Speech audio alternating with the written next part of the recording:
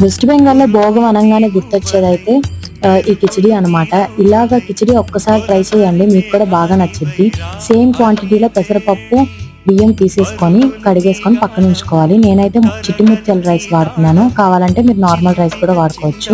బియ్యం పప్పు ఎంతైతే తీసుకున్నానో దాని 5 టైమ్స్ ఎక్కువ వాటర్ తీసుకొని దాంట్లో పప్పు వేసి కొంచెం ఉడికిన తర్వాత పసుపు ఇంకా బియ్యం వేసుకొని ఉడకనివ్వాలి.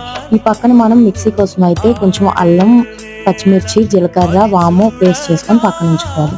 కళాయిలో నూనె వేసుకొని మనకు నచ్చిన వెజిటబుల్స్ అయితే యాడ్ చేసుకొని కొంచెం ఫ్రై అవ్వాలి. తర్వాత అదే కడాయిలో మనం కొంచెం బిర్యానీ ఆకు, ఎండుమిర్చి, ముందుగా ప్రిపేర్ చేసుకున్న పేస్ట్ ఉంది కదా అది వేసుకొని కొంచెం పసుపు వేసుకొని పచ్చివాసన పోయిన తర్వాత టమాటా పేస్ట్ వేసుకొని ఇది కూడా పచ్చివాసన పోయిన తర్వాత ఈ వెజిటబుల్స్ అన్ని వేసి కలిపేసుకోవాలన్నమాట. పప్పు బియ్యం ఉడికిన తర్వాత దీంట్లోనే రుచికి సరిపడా సాల్ట్, కొంచెం పంచదార వేసుకొని ఈ వెజిటబుల్స్ అన్ని మిక్స్ చేసేసుకుంటే మనకి